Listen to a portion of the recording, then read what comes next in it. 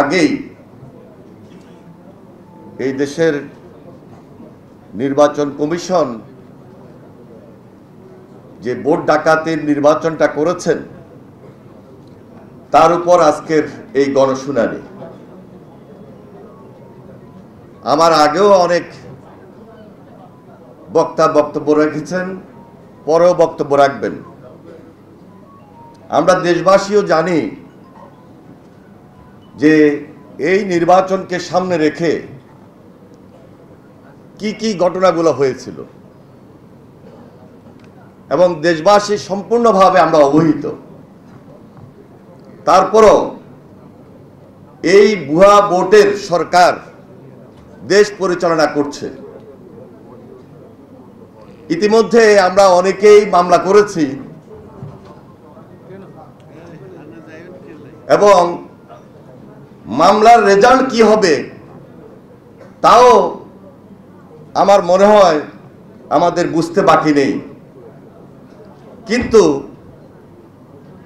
যদি ভুয়া ভোটের আত্মকাহিনী আমরা বলতে যাই, আসলে 2-4-5 মিনিটেই এক একজনের বক্তার পক্ষে সব বলা সম্ভব হবে না।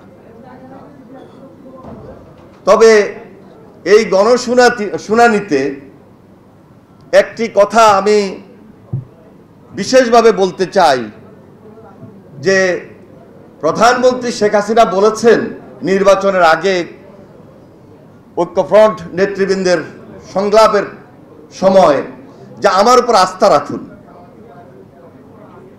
এবং সিইসির সঙ্গে যখন আপনারা দেখা করেছেন তখন সিইসি বলেছেন যে একটা সুষ্ঠু এবং শান্তিপূর্ণ নির্বাচন অনুষ্ঠিত হবে।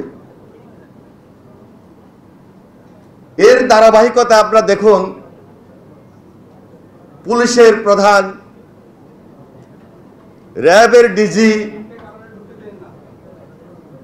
ইভেন সেনাবাহিনীর প্রধানও নির্বাচনের আগে দেশবাসীকে আশ্বস্ত করেছেন একটা সুষ্ঠু শান্তিপূর্ণ নির্বাচন অনুষ্ঠিত হবে।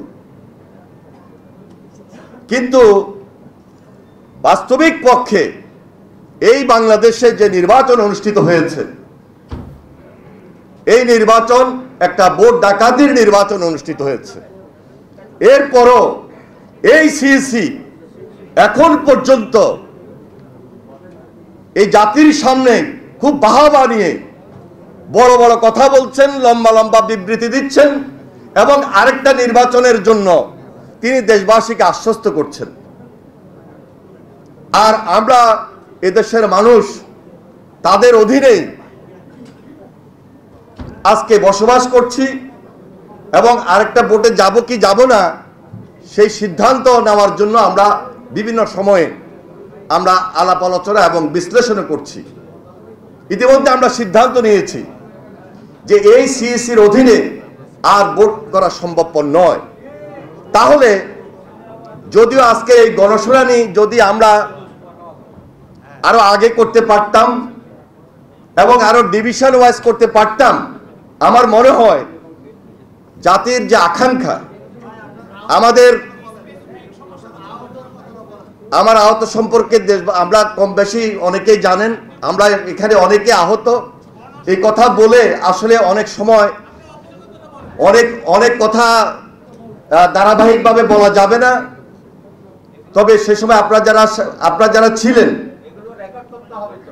যারা ছিলেন আমরা সাংবাদিকদের সামনে কথা তুলে ধরেছি। আপনারা অনেক সাংবাদিকরাও সেদিন ভোট কেন্দ্রে আপনারা যেতে পারেন নাই বাধ্যকতার কারণে, আপনারা আমাদের অনেক তথ্য তুলে ধরতে পারেন নাই। আমরা ছিলাম সম্পূর্ণভাবে অসহায় ওই সময়ের মধ্যে। তারপরেও আজকে এই গণশুনানি আমি মনে করি এটাকে গণ আদালতে নিয়ে যেতে হবে এবং সেই গণ আদালত থেকে দেশবাসী সেখানে রায় দিবে এবং সেই রায়ের মধ্য দিয়ে একটা জোরালো আন্দোলন এদেশে তৈরি হবে এবং সেই আন্দোলনের মধ্য দিয়ে এই সরকার, এই সিইসি সহ যারা বড় বড় কথা সেদিন বলেছিল দেশবাসীকে একটা শান্তিপূর্ণ এবং আস্থা রাখার নির্বাচন উপহার দিবে, সেদিন তাদের পরাজয়ের মধ্য দিয়ে, তাদেরকে পতনের মধ্য দিয়ে এদেশ মানুষ তাদের ভোটের অধিকারকে আদায় করতে সক্ষম হবে বলে আমি বিশ্বাস করি। সুতরাং সেই আন্দোলনের জন্য আমি মনে করি এখন থেকেই আমাদের ঐক্যফ্রন্টের নেতৃত্বের মধ্য দিয়ে আমরা ঐক্যবদ্ধ হতে পারি এবং সর্বশেষ দেশনেত্রী বেগম খালেদা জিয়ার মুক্তি দাবি করার আন্দোলনকে গতিশীল করার আহ্বান জানিয়ে আমি আমার বক্তব্য শেষ করছি। খোদা হাফেজ। বাংলাদেশ জিন্দাবাদ।